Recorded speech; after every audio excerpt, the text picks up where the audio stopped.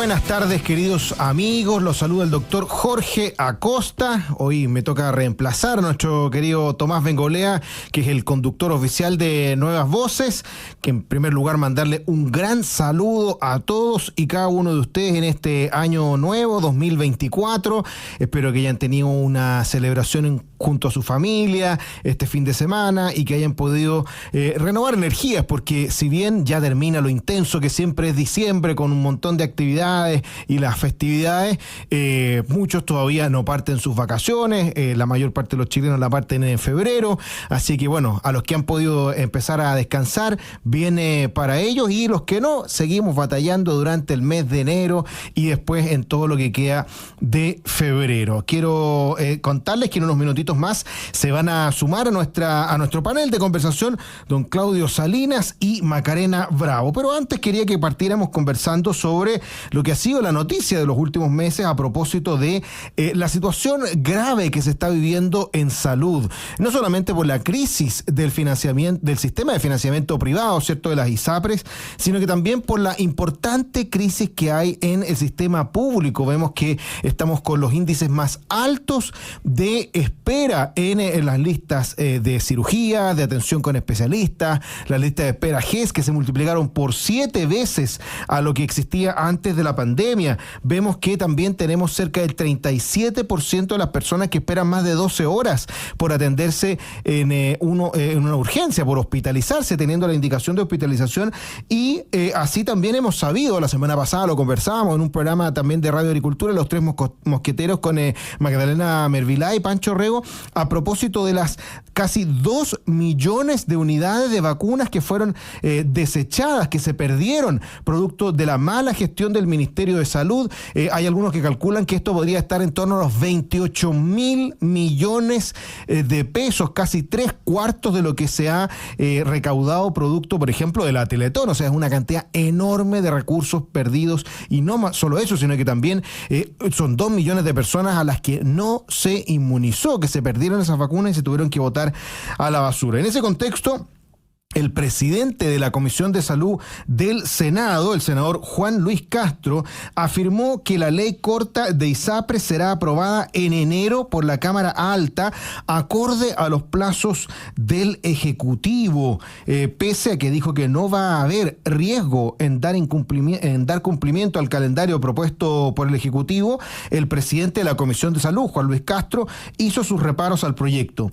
Dijo, mire lo ridículo que termina siendo una especie de boomerang en que terminan las mismas personas haciéndose cargo de las deudas de otros, cuestionó. Esta es una situación bien grave la que está pasando en salud a propósito de esta ley corta y muchas otras iniciativas que el gobierno ha intentado levantar, como por ejemplo el adelantar, ¿cierto?, el pago del reajuste del mes de julio al mes de abril, que se terminó aprobando a finales del año pasado. Y entre otras cosas, lo que produjo fue que pudimos observar, ¿cierto?, que hubo una reticencia muy grande al interior del oficialismo. De hecho, todos los votos en contra fueron parte del oficialismo, porque el gobierno no alcanzó a explicar el porqué de esta situación y tampoco alcanzó, ¿cierto?, a convencer a sus propios correligionarios, porque aquí el problema de fondo, y lo hemos dicho más de alguna vez y todos los expertos lo han dicho, incluso el propio superintendente de salud,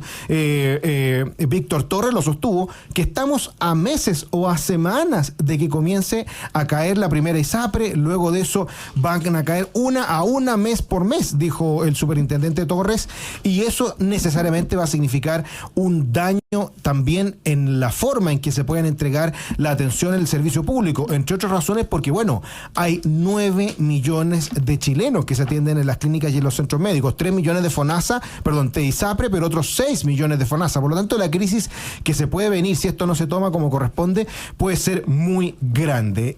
Ya está con nosotros Macarena Bravo, prosecretaria del Partido Republicano, a quien también le tocó recorrer el país a propósito de las múltiples elecciones que tuvimos el año pasado, y estoy seguro, Maca, que te tiene que haber pasado que muchos de los chilenos también estaban preocupados y angustiados por la situación de salud, ¿no, Maca? ¿Cómo lo ves tú? Y feliz año nuevo a todo esto también. Muy feliz año, Jorge. Saludar también a todos nuestros auditores, que espero tengan un gran 2024 y hayan podido celebrar en familia. Y antes de responder tu pregunta, también enviar un saludo a todos los que dieron la PAES, que hoy día tuvieron sus resultados.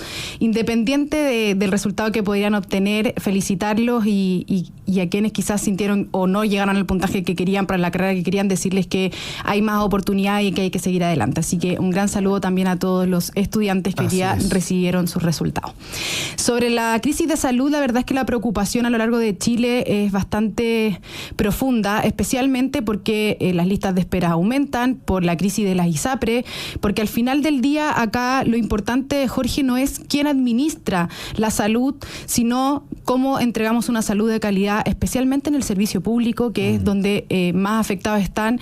Y por supuesto, si caen las ISAPRES, caen los prestadores y por supuesto también se aumentarían las listas de espera porque entrarían nuevos beneficiarios a FONASA. Entonces, evidentemente, detrás de la decisión del gobierno de atrasar toda la discusión de la ley de ISAPRES, desde hace muchos meses que venimos hablando de lo mismo y no avanzaban, es una postura totalmente ideológica, que es parte del reformismo ideológico del Frente Amplio, en donde están más preocupados de quién administra la salud que de las personas que hoy día mueren en las listas de espera y que no reciben una buena atención en el sistema público, y que obviamente la crisis de ISAPRE también podría afectar a aquello.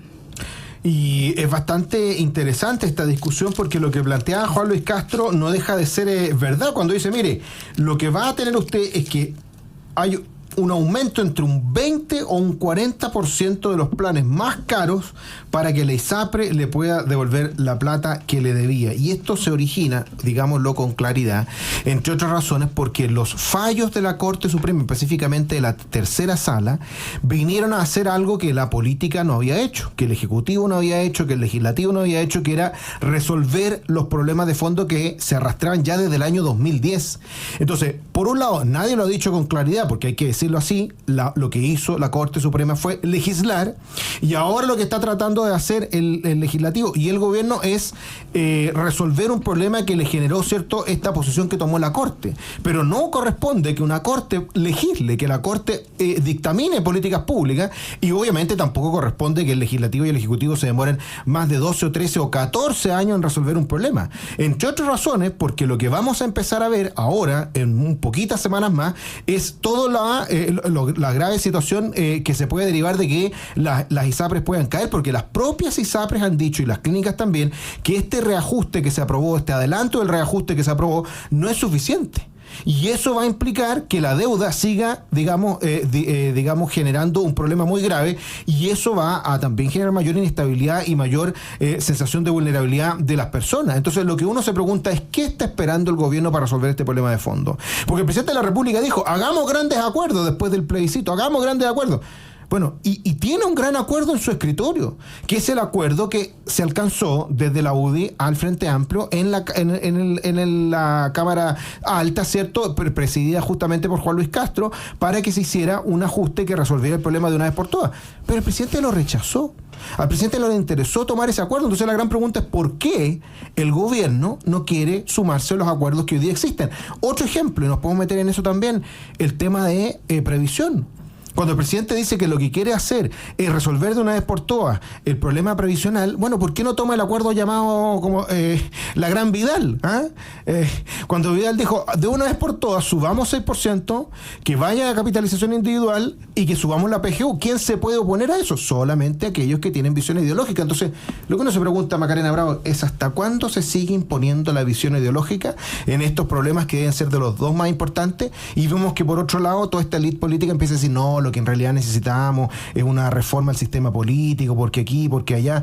Si la gente no está ni ahí con el sistema político, lo que quiere es que le resuelvan los problemas más graves. ¿Cómo lo ves tú? La verdad es que seguimos viendo el afán de este reformismo ideológico por parte del presidente Gabriel Boric, que no pone las urgencias sociales de las personas como una prioridad a resolver. De hecho, por la falta de gestión del Ministerio de Salud, de la ministra de Salud, también se hizo una gran inversión en vacunas que por no ser utilizadas terminaron vencidas, y ese presupuesto termina totalmente perdido. Presupuesto que es de todos los chilenos, que lo contribuimos también a través de los impuestos a esos presupuestos, y terminaron por mala gestión vencidas todas las vacunas que se habían han comprado por parte del gobierno de Chile. La verdad es que es una vergüenza lo que está pasando. 2 millones de vacunas. 2 millones de vacunas, y además de eso también vemos al presidente Gabriel Boric dando cadenas nacionales ya bastante seguidas, grabando videos jugando en La Moneda, y es como si esto fuera para la chacota. O sea, Chile hoy día no tiene crisis de seguridad, no tiene crisis de salud, no tiene crisis educativa, porque el presidente está como en otro mundo. O sea, se cumplió el 2023, cerramos el año y vemos que el gobierno sigue siendo igual de incompetente que del día que asumió el 11 de marzo del 2022. Otro de los problemas, además de salud y de pensiones, que son los que todo el mundo reconoce que son absolutamente graves, lo que mencionabas tú, Macarena Bravo, que tiene que ver con la cantidad de homicidios, con la cantidad de actos violentos que conocimos este fin de semana y también el fin de semana de Navidad. Si sumamos la cantidad de homicidios que hubo entre el fin de semana de Navidad y el fin de semana del Año Nuevo, hubo cerca de 50 homicidios. En la mañana escuchaba a Rosario Moreno, que decía aquí también los micrófonos de Radio Agricultura, cómo todos los años Carabineros informaba la cantidad de personas fallecidas por accidentes de tránsito después de los fines de semana largos. Y uno decía, pucha, qué lamentable que sean 10, 20, 30 personas. Bueno, ahora la noticia de los fines de semana largos son la cantidad de personas asesinadas por actos violentos. De hecho, eso ha generado que se haya retomado la discusión, ¿cierto?, la deliberación a propósito de si establecer o no un estado de excepción en la región metropolitana. Yo en principio no sé si esa sea la solución, si lo belga resolver o no, pero sin duda que esto lo que trae detrás es esa necesidad que tenemos todos los chilenos de que el gobierno haga algo. El presidente ha dicho esta frasecita que le encanta desde hace un buen tiempo. Hay algunos que dicen que no se ha hecho nada en seguridad. No, presidente, no es que no haga nada, es que haga algo que resuelva los problemas y no que esté solamente, como dice la Maca Bravo, como espectador, porque da un poquito de rabia cuando uno ve que el presidente está más preocupado de hacer un TikTok, de hacer una transmisión en vivo de Instagram, cuando se manda declaraciones como que a Chile le falta cierto juerga o le falta fiesta.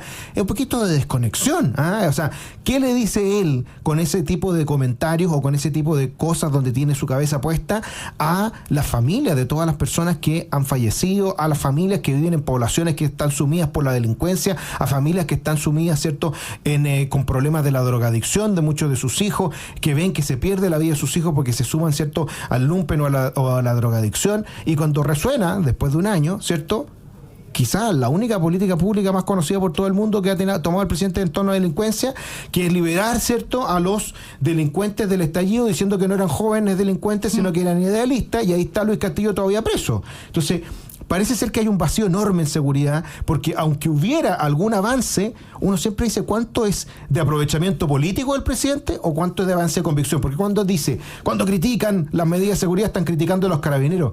Pero si fue él el que los maltrató, fue él el que los gritoneó, fue él el que dijo, ¿cierto?, que había que refundar Carabineros. Entonces, cuesta un poquito creerle al gobierno cuando tiene esas posiciones, ¿no, Macaraba? ¿Cómo lo ves tú? Yo creo que cuesta un poquito, harto cuesta creerle. Yo al menos ya no les creo nada a la administración de gobierno, especialmente también en la crisis de seguridad, porque mientras el presidente Boric nos llena de discursos, de palabras y nada de acción, las personas viven en sus casas encerradas por miedo a enfrentarse a la delincuencia. Y han tratado de bajarle el perfil diciendo, no, es que los ajustes de cuenta. Bueno, da lo mismo. Son personas que murieron, y obviamente entre los ajustes de cuenta también se demuestra que hay un aumento de la violencia y de los delitos que están ocurriendo en Chile por el avance del crimen organizado, del narcotráfico, de estas bandas internacionales que traen nuevas formas de delito al país. Y obviamente eso puede afectar a cualquier persona. Hay muchas personas que han muerto a través de ajustes de cuentas porque iban pasando y les llegó una bala. En Maipú pasó el 2021 la feria navideña, en plena Plaza Maipú el 24 de diciembre, que hay un ajuste de cuenta, llegan balas por todas partes y muere una señora que estaba esperando la micro. Y eso solo ha ido en aumento en manos de este gobierno y no ha tenido ninguna medida realmente efectiva para combatir la seguridad. La verdad es que sobre el estado de excepción de la región metropolitana, A mí me parece que es una buena medida porque no veo otra salida distinta para que haya más presencia militar y también policial, ¿cierto? Para que al menos los delincuentes tengan un poquito más de miedo y no tengan chip libre y las personas puedan también salir seguras de sus casas sabiendo que están también las Fuerzas Armadas. Obviamente un estado de excepción acotado, un estado de excepción que se debe adecuar al urbanismo de la región metropolitana, pero es necesario avanzar en eso y una vez más vemos que el gobierno no lo hace por su ideología, porque ellos siempre han estado en contra de nuestras fuerzas de orden y seguridad, porque es un tema que les complica. Por lo mismo, el Frente Amplio, el Partido Comunista, que son parte del conglomerado del presidente Boric, siempre les votan sus proyectos de seguridad en contra, porque ellos han validado siempre la violencia como acción política y no son capaces de hacerle frente. Y eso, por supuesto, que también afecta a que los delincuentes sientan que tienen chip libre cuando tenemos un presidente, como tú bien dijiste, Jorge, que en vez de enfrentar la seguridad, lo que está haciendo es soltar a delincuentes e indultarlos, como es el caso de Luis Castillo, que lo indultó con un montón de sentencias que tenía y ahora está siendo procesado por un presunto secuestro. Oye, y tener en consideración también el tema de la migración, de la inmigración, es súper importante. Todo aquel inmigrante de bien que venga a hacer una contribución al país, que venga a trabajar, que respete las leyes, que respete las normas, bienvenido sea. Bienvenido sea y que entre como corresponde, ¿cierto? Con los papeles, mostrando todos los antecedentes y bienvenido sea. Pero aquel persona que viene a delinquir, bueno, sin duda que tiene que ser expulsado o tiene que cumplir las penas como corresponde en las cárceles y ser expulsado, o incluso se va a estar cumpliendo las penas también que no tenga un teléfono celular y que empiece a delinquir desde la cárcel. Pero los datos muestran que ya estamos en torno a 1,6 millones de personas inmigrantes. Y ha ido aumentando de manera exponencial también. Y eso, sin duda, que ha influido también en la forma en que se cometen los delitos, y eso es así. Los homicidios, los secuestros extorsivos, el nivel de utilización de armas de fuego, la cantidad. El otro día mostraron un video de un tipo que andaba con una pistola y aparentemente con una granada en el metro de Santiago. O sea, de eso estamos hablando. La cantidad de homicidios violentos con descuartizamientos. Por lo tanto, esa influencia cultural de la forma de cometer delitos está influyendo. Y por lo tanto, para cortar eso de raíz, sin duda que también se tiene que vincular con esto. Y por eso hay que dar, perdón Jorge, sí, hay que dar señales claras también para combatir la inmigración ilegal, porque antes estaba al menos en el debate debido a la propuesta constitucional, cierto, que se votó el 17 de diciembre, de lograr que existiera la expulsión inmediata para inmigrantes ilegales y de pasar de tener ese debate y esa idea, ahora pasamos a que el gobierno está trabajando para formalizar los papeles de 160.000 inmigrantes ilegales. Yo espero que si lo van a hacer, hagan una investigación exhaustiva para saber si estas personas ya delinquieron en sus países, si han delinquido en Chile, y que aquellos que sean delincuentes no les legalicen sus papeles, sino que los manden de vuelta a su país. Y ojo también con las declaraciones como las de Camila Vallejos, que sostiene: necesitamos políticas eficaces y no una píldora más. No se trata solo de la comparativa, es un problema humano. Se refiere a propósito de los temas de delincuencia la vocera. O sea, menos vocería y más acción. Eso es lo que uno pide. Sí, y por eso punto de prensa, y ahora el presidente da puntos de prensa sin preguntas de la prensa. Y además uno entiende por qué dentro de los políticos más influyentes dentro del país están políticos como, por ejemplo, Bukele. El presidente Bukele tiene como un 75% de aprobación en Chile, entre los chilenos. ¿Por qué? Quizás no es porque, digamos, esté haciendo las mejores políticas públicas, pero sí porque está demostrando que está resolviendo un problema que a las personas les angustia, y eso sin duda que significa algo para lo que también tendríamos que tomar nota quienes discutimos sobre la actualidad pública y también las autoridades. ¿Cuáles son las medidas que tienen que tomar para que esto se resuelva? Vamos a ir a nuestra primera pausa, que se nos ha ido absolutamente rápido el tiempo, conversando con Macarena Bravo, prosecretaria del Partido Republicano, y me dicen que en cualquier minuto se suma Claudio Salinas. Veremos si es verdad. Vamos a una pausa y ya volvemos. Voces conversando con Macarena Bravo, prosecretaria del Partido Republicano, y queremos saludar a quienes hacen posible nuestro programa posgrado de la Universidad San Sebastián. Cuenta con más de 100 programas en diversas áreas del conocimiento. Más de 14.000 egresados han preferido sus magíster, diplomados, postítulos y especialidades. Conoce más en posgrado.uss.cl. En Enel buscamos cuidarte y que tu servicio eléctrico sea continuo y de calidad. Por eso, si sabes de un hurto de cables que haya generado corte de electricidad en tu barrio, puedes denunciarlo de manera anónima al 600-696-0000. Ayúdanos a evitar esta práctica ilegal y a mantenernos seguros en él. Hoy el verde, más que un color, es una acción diferente. Por eso en BCI cuentas con leasing verde y seguro automotriz verde para apoyarte en tus proyectos sostenibles. BCI hoy puede ser diferente. Carlos Herrera, máster en aceros y más, administrada por la segunda generación familiar, te espera en sus sucursales con una atención especializada para apoyar en todo lo que necesitas para la realización de tus proyectos. Mayor información en carlosherrera.cl. En AFP Capital te esperamos en todo momento para solucionar tus necesidades. AFP Capital, queremos ser tu AFP. Bueno, estábamos conversando con Macarena Bravo a propósito de la situación, ¿cierto?, de salud, de delincuencia, que han sido bien complejas, y también el mundo político sigue enrarecido. Uno de los peores años que ha tenido todos los movimientos políticos nuevos, sobre todo al interior de la izquierda radical como la izquierda del Frente Amplio, ha sido caracterizada por, lo vimos la semana pasada, el Partido Comunes, cuando el propio servicio electoral pidió su disolución luego de que una de sus grandes figuras, como Karina Oliva, ¿cierto?, haya sido involucrada en una situación de financiamiento ilegal de la política a propósito de la utilización de recursos públicos que debían ir para la campaña en pagos, ¿cierto?, indebidos. Su entonces pareja y presidente de Comunes también, Jorge Ramírez, estaba involucrado.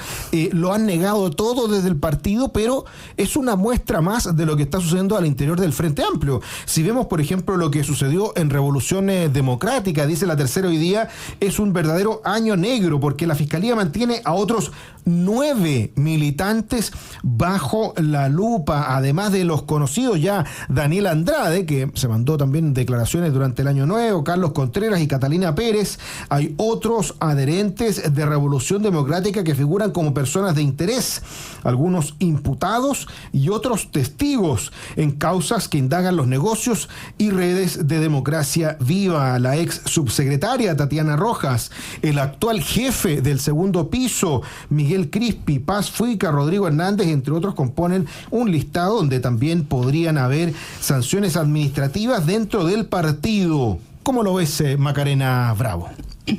La verdad es que quisiera decir que estoy sorprendida, pero la verdad es que no me sorprende. Es bastante indignante que este caso de corrupción, que ha sido uno de los casos de corrupción más grandes a través de la corrupción gubernamental, ¿cierto?, en la historia de nuestro país, donde están involucrados, por supuesto, los partidos de gobierno, y que estemos aún ya pasando al 2024 sin tener claridad de todos los responsables detrás de este caso de corrupción, porque recordemos que estamos hablando de esto desde junio.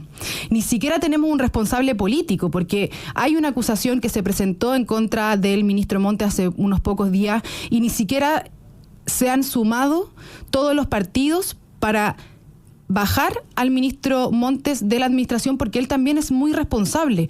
No sabemos, por supuesto, que si estuvo o no involucrado, y eso lo determinará la justicia, pero él es el líder de la cartera de vivienda y en su mandato ocurrieron frente a sus ojos todos estos casos. Han habido bastantes contradicciones por parte del ministro Montes cuando dijo que él no se había enterado antes, pero en realidad sí le llegó la minuta antes, lo mismo que el presidente Gabriel Boric, y acá yo creo que tienen que pagar todos quienes tengan en alguna medida una responsabilidad por esta corrupción, que además es una corrupción que juega con los dolores de Chile. Se robaron plata que era para mejorar la calidad de vida de personas que estaban anhelando el sueño de la vivienda propia, que viven en una inhumanidad y pobreza gigante en campamentos, y ellos se burlaron de esas personas y se robaron esa plata en vez de ocuparlas para ayudarlos. Y creo que todos tienen que pagar, caiga quien caiga, y la verdad cuesta entender ¿por qué el presidente Gabriel Boric está tan aferrado a la defensa del ministro Montes? ¿Qué es lo que hay ahí para que no lo saque de la cartera, a pesar de que ya hay una acusación constitucional en camino y entendiendo que él es el responsable político? Y lo mismo hizo con Miguel Crispi. Respaldo total para el jefe de asesores también del Segundo Piso. Entonces, algo más tiene que haber, o no sé si él está dispuesto a perder totalmente su capital político por no hacer responsables de este caso de corrupción a sus amigos que tiene hoy día en el gobierno. Si uno se fija, qué interesante lo que rescata el artículo de La Tercera hoy día cuando dice: esto es lo que decía Sebastián de Polo, entonces presidente de Revolución Democrática. Queremos cambiar Chile y la forma de hacer política. Queremos devolverle el poder a la ciudadanía. Para nosotros, la Revolución Democrática empezó. La revolución de la corrupción parece que empezó con ello. Parece que más que revolución democrática, es corrupción democrática, la utilización de los recursos públicos para hacerse de ellos, para utilizarlos políticamente. En una carta que se conoció el fin de semana, Daniela Andrade también sostuvo que su situación es una injusticia y que no quedará acá. La impotencia, la rabia y la traición, dice, serán movilizadoras. Las cartas, las muestras de cariño, la preocupación de todas las personas que lo quieren, dice, su rabia frente a esta injusticia, sus palabras son un bálsamo en esta prisión política. O sea, se declaró preso político Daniel Andrade. Ellas son mi mayor luz y esperanza en estas celdas y murallas. Poético y además tratándose como preso político aquel que está representando a una de las organizaciones, ¿cierto?, más llamativas de lo que fue el año 2023. Se acaba de sumar con nosotros don Claudio Salinas, a quien aprovecho de saludar en este feliz año nuevo. Lo habíamos mencionado anteriormente, habían algunos que estaban dudando, pero no, aquí está de cuerpo presente Claudio Salinas. ¿Cómo ves tú todo esto que está pasando a propósito de la situación de Revolución Democrática, la carta de Andrade, las acusaciones que hay de que este partido no ha sido fiel a lo que dijo que iba a hacer inicialmente para hacer nuevas todas las cosas, dicen algunos? ¿Cómo lo ves tú? Sí, bueno, lo primero, muy buenas tardes a todos, feliz año nuevo, espero que sea un tremendo año 2024 para todos, especialmente para este panel. No, y lo de Andrade ya raya la línea de lo absurdo. Andrade es un delincuente que robó plata, que robó fondos públicos de todos los chilenos, que estaban destinados a esos fondos para poder satisfacer las necesidades de quienes más lo necesitaban, que son personas que viven en campamentos. O sea, ¿cuántas familias hoy día en Chile añoran el sueño de la casa, de la vivienda propia? Y estas personas del Frente Amplio, con la plata que estaba destinada para poder mejorar las condiciones de vida de estas personas que viven en campamentos, se la llevaron para el bolsillo. Y hoy día decir que, dado su carácter de preso, porque está a propósito de su formalización, que es una prisión preventiva, lo que tenemos es un delincuente que se robó la plata de chilenos. Por tanto, yo creo que es delirante lo que él dice, raya en lo absurdo que es un preso político. Ahí, si es que él está ahí, es producto de sus actos, y yo creo que faltan muchos más que lo acompañen.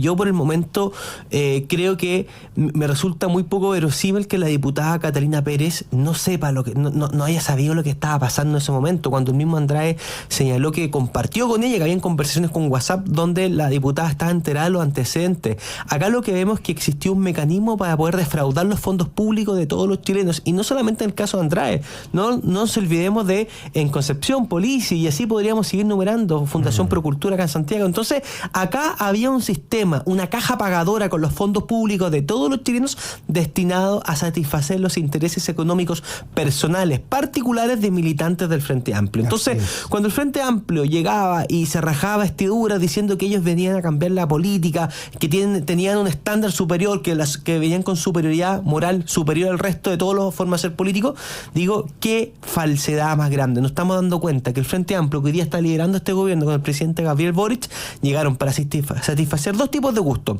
sus gustitos ideológicos, estamos pagando caro todos los chilenos en materia de seguridad, y en segundo lugar su propio bolsillo, que hoy día nos estamos dando cuenta que son sus militantes los que están detenidos. Y fíjate que dice cosas que son interesantes, porque deja entrever que tiene mucho más que contar, que tiene mucho más que decir. La rabia será movilizadora. Dice, la rabia será movilizadora, la impotencia, la rabia, la traición serán movilizadoras.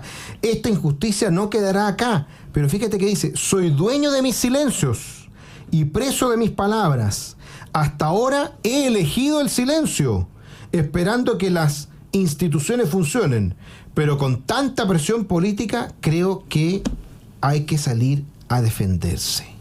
¿De quién se quiere defender? ¿A quién quiere meter en el cuento? ¿Y qué es ese silencio? Claro. ¿Qué es lo que sabe y que no quiere decir? ¿Por qué está callando? ¿A quién está protegiendo? ¿Y a quién va a dejar de proteger? ¿Cómo lo ves, Macarena Bravo? La verdad es que me llegó esa carta por varios grupos y muchas personas decían, ¿será una cuenta parodia? Porque realmente no se puede creer esa forma que tiene el Frente Amplio, ¿cierto?, de justificarse. Todos vimos cuando Catalina Pérez recién explotó este caso, grabó un video totalmente demacrada, sufriendo, triste, que no sabía nada, claro, que esto era porque ella era mujer y en realidad toda la culpa eran de dos hombres. Bueno, es típico de la izquierda justificarse haciéndose la víctima cuando están cometiendo delitos. Y la verdad es que es bastante preocupante el llamado a la movilización, porque nosotros la movilización entendida como el Frente Amplio es la violencia como método de acción política, que fue lo que hicieron en el octubrismo. Entonces, ¿a quién está llamando a movilizarse y por qué si él sabe que es responsable del caso de corrupción? Es decir, bueno, la justicia me va a culpar, pero salgamos a las calles a dejarla embarrada para que me puedan liberar, a hacer presión a través de las calles. Y por otra parte, también creo que es bastante relevante y la justicia debiera tomar esta carta como parte de la investigación, esto que habla de estoy guardando silencio, pero la presión política es demasiada. ¿A quién está escondiendo? ¿Qué es lo que está escondiendo? No, ¿A quién está escondiendo Claudio Salinas? ¿Cómo lo ves tú? Y además aquí hay una cuestión ya desde el punto de vista judicial. No está colaborando con el proceso judicial. Si él dice está guardando silencio, es que no está colaborando en estos momentos con la justicia. Entonces, esos deben ser elementos que la Fiscalía además toma en consideración para seguir imputándole porque no está colaborando con la investigación. Yo creo que acá no hay que esconder el sol con un dedo. Sabemos que este era un mecanismo de defraudación que viene desde un punto de vista transversal en el Frente Amplio. Yo creo que él debe tener muchos nombres que hoy día debe estar temblando de miedo, que los va a delatar. Y ojalá que los delate, no solamente por un punto de vista que va a juntar su miedo y esas cosas que dice en su carta, sino que para que de una vez por todas la ciudadanía sepa quiénes son los que se están lucrando con los fondos públicos de todos los chilenos, quiénes son los que son parte activa de corrupción que tanto afecta a nuestra sana convivencia, a nuestra democracia. Yo creo que hoy día nuestra libertad está amenazada y está amenazada por muchas cosas. Lo venía escuchando, la inseguridad es una de las cosas. Los chilenos no se sienten seguros, nuestra libertad personal está siendo amenazada, pero también está siendo amenazada nuestra democracia. Y actos como estos de corrupción puro y duro que vienen desde el corazón del Frente Amplio. ¿Qué hace todavía Crispi en el segundo piso como asesor principal del gobierno cuando su tía pedía convenios, cuando todo el mundo sabe que está ligado también con esto? Entonces el gobierno tampoco quiere dar una señal de decir, mira, ¿saben qué? Aquí hubo personas que cometieron tanto corrupción y hay que apartarlo y lo vamos a sacar. Dan a entender que ellos también están ligados y mantienen a esas personas en sus cargos. El ministro Montes también. O sea, ¿qué cuenta ha dado el ministro Montes hasta el momento? Ninguna, cero. Y también consideremos que no es el primero que lo dice, porque el otro involucrado en esto, ¿cierto? El ex Ceremi también de la región de Antofagasta sostuvo, ¿cierto?, Carlos Contreras, que él había entregado directamente información a Presidencia, que tenía documentos que mostraban que se lo había entregado a Presidencia. Y cuando dice eso, está diciendo un solo nombre. Es Crispi, Miguel Crispi. Ahora, vamos a ver, una cosa es lo que dicen, lo que están siendo reos, ¿cierto? Y otra cosa es la verdad. Hay que guardar todo con descargos de inventario, pero ya no es el primero que lo dice, sino que hay dos que lo dicen o lo dejan entrever, de manera que hace que esto todavía va a seguir dando que hablar este año 2024. Vamos a ir a nuestra última pausa y ya volvemos conversando con Claudio Salinas, director ejecutivo de la Coordinadora de Movimientos Sociales, y Macarena Bravo, prosecretaria del Partido Republicano. Que dice que ya volvemos. Ya estamos de regreso en Nuevas Voces, conversando con Macarena Bravo, prosecretaria del Partido Republicano, y con don Claudio Salinas, que es director ejecutivo de la Coordinadora de Movimientos Ciudadanos, que aquí me llegó un cachamal porque dije sociales, pero no, son ciudadanos. Que es el gran concepto también ligado a Claudio Salinas.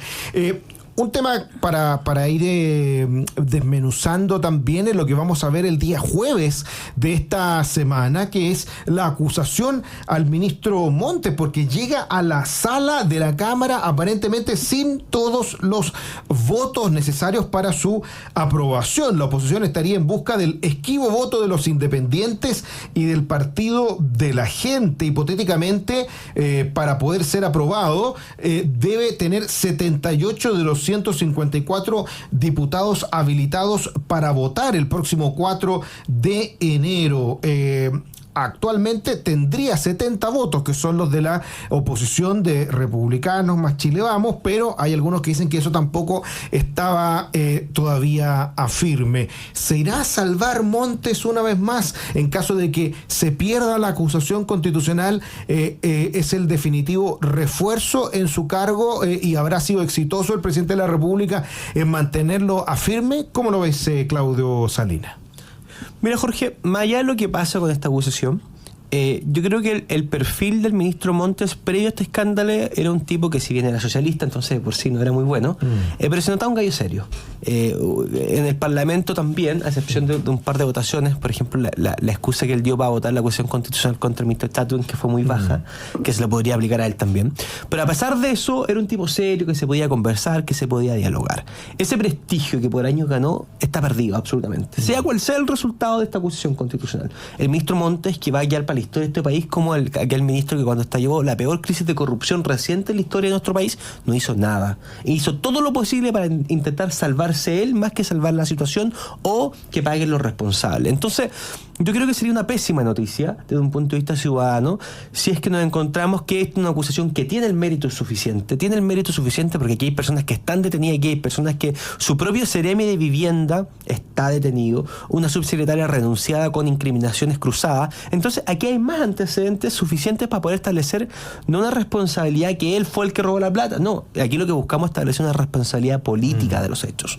Y aquí hay un responsable político y es el encargado de la cartera. Así que lo que es un ministro de Estado no es el que tiene que andar vocerías, no, tiene que encargarse de resguardar que todos los elementos de su propia cartera estén en orden. Y aquí obviamente no lo están. Y si es que alguien hace mal la pega, lo que corresponde es que su jefe lo saque. Acá su jefe, que el presidente Boric, no lo ha sacado. Sigue contando con la legítima confianza de él. Por tanto, lo que corresponde que en una sana democracia, si una persona no hace bien su trabajo, bueno, que sea el Congreso que él lo saque. Entonces, a mí lo que no me gustaría ver es que existan acá una especie de arreglines políticos de último momento para poder salvar el pellejo del ministro Montes. Si es que hay ministros que se descuelgan de esta acusación, bueno, después veamos que les contratan familiares, que le resuelven proyectos que ellos quieren sacar en su distrito. Entonces, aquí lo que se pide es a los parlamentarios, que a muchos les cuesta, que vean el bien superior de esto. O sea, que no sean mezquinos en esta acusación constitucional. Aquí tenemos una grave crisis de corrupción en todo el país, generalizada, que los ciudadanos lo han visto, lo han palpado.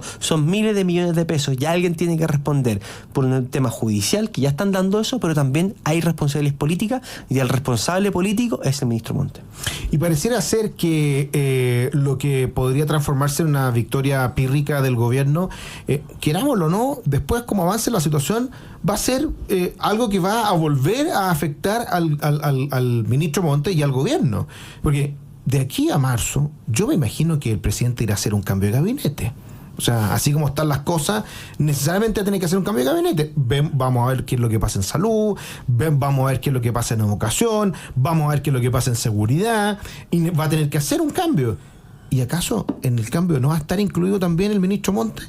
Más podría ahora resolverlo antes y de nuevo poner a la cabeza de ese ministerio a alguien que llegue hasta el final, hasta las últimas consecuencias. Porque aquí no olvidemos que 2 o 3 semanas atrás era el ministro Montes arriba de un cajón azucarero, ¿cierto?, afuera de su ministerio, hablándole a unas centenares de personas. Nunca se ha sabido cuántos de esos eran funcionarios públicos, sería bueno también saberlo, y diciendo que aquí el único caso de corrupción es la democracia viva.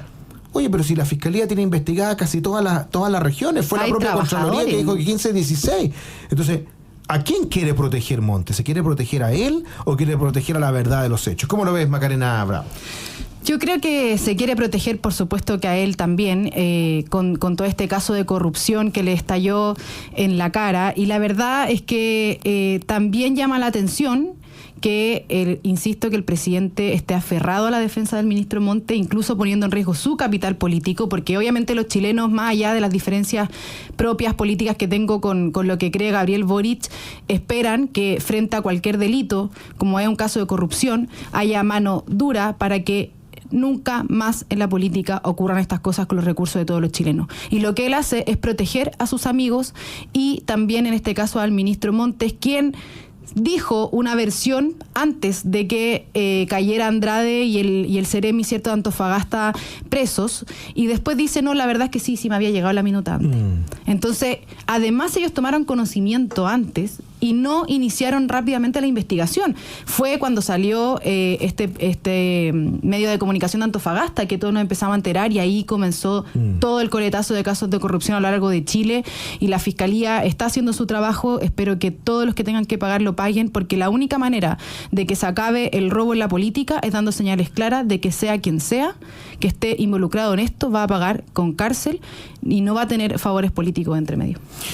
Bueno, eso es lo que ojalá se pueda obtener como resultado al final de lo que suceda esta semana. Ojalá se apruebe la acusación, no pensando en que se vaya a destituir al ministro, sino que sirva de lección para que el presidente tome la decisión que corresponde y haga valer las responsabilidades políticas como corresponden. Ahora, si no se aprueba, bueno, lo que comentaba anteriormente, quizás sea mantener algunas semanas más, algunos meses más, pero algo vamos a saber de lo que ya han dicho que van a contar Andrade y compañía, que finalmente va a terminar rebotando nuevamente en el gobierno y va a terminar rebotando nuevamente en la moneda. Antes de que vayamos a terminar nuestro programa, porque ya nos quedan los últimos 2 minutitos de programa, hay una noticia que Claudio me comentaba, ¿cierto? Que lo teníamos en la pauta, pero que es importante antes de que se nos vaya el programa a comentar. Es lo que sucedió en la Florida. Hubo cerca de 50 disparos y se investiga un posible uso de armamento automático en la comuna de la Florida, que terminó, ¿cierto?, acribillando a un adulto mayor a las 5:30 de la mañana. Esto ya es como de película, ¿o no? Todos los días tenemos noticias así realmente brutales. ¿Cómo lo ves, Claudio? Bueno, en las calles se está imponiendo la ley del más fuerte, el narco está mandando, el crimen organizado está mandando. Esto ya lo hemos dicho un montón de veces, pero yo creo que este año se puede tomar un nuevo elemento en la discusión, porque hasta el momento estamos discutiendo del crimen organizado, de los narcotraficantes que están matando todos los días a personas. Esto puede haber sido un ajuste de cuentas, como dijo el alcalde Carter, pero ¿qué pasa con los ciudadanos honestos? Que día a día están viviendo esta inseguridad? Yo creo que es un tema que hay que poner ahora sobre la mesa, dado que el Estado estamos más que garantizados que no está satisfaciendo la necesidad de darnos seguridad, es que los ciudadanos podamos portar armas para defendernos. Yo creo que se va a hacer un debate que se viene. Si el Estado ya está siendo incapaz de defendernos, bueno, los ciudadanos vamos a tener que defendernos. Y en eso, Jorge, la verdad es que las señales del gobierno son bastante incoherentes con hacer frente a la crisis de seguridad.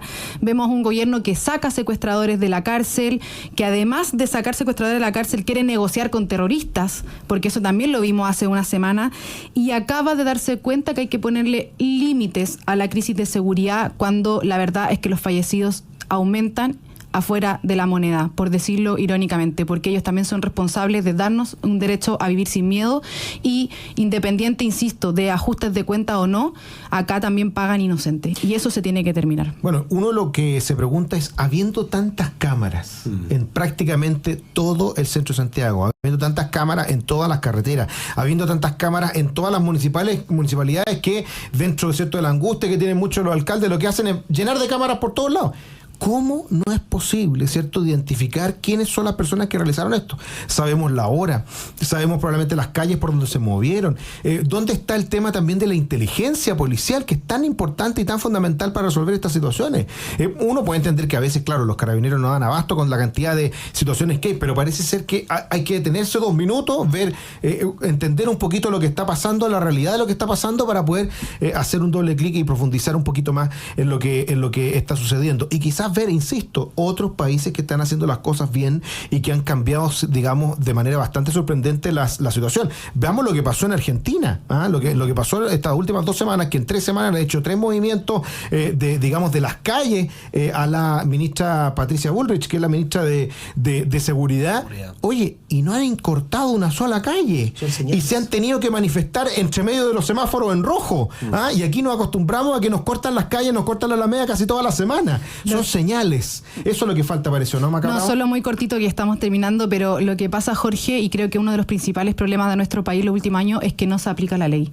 No se aplican todas las medidas posibles para poder hacer frente a la delincuencia, y eso está afectando a miles de chilenos. Pareciera ser que no es solamente hacer nuevas leyes, sino que hacer respetar la ley. Como dice en Argentina, el que la hace, las paga. Bueno, es que eso ese es uno de los emblemas de mi ley, pues el que la hace, la paga, y el que corta no cobra también. Esa es otra de las frases que algún día va vamos a profundizar. Quiero agradecerle muchísimo a Claudio Salinas, director ejecutivo de la Coordinadora de Movimientos Ciudadanos, a nuestra querida Macarena Bravo, prosecretaria del Partido Republicano, y a ustedes, nuestros queridos auditores, agradecerles su sintonía. Mañana debería retornar, ¿cierto?, don Tomás Bengolea, conductor oficial, y quédese todavía en la frecuencia de agricultura, porque ya viene Deportes en Agricultura. Que esté muy bien, nos vemos. Chao, chao.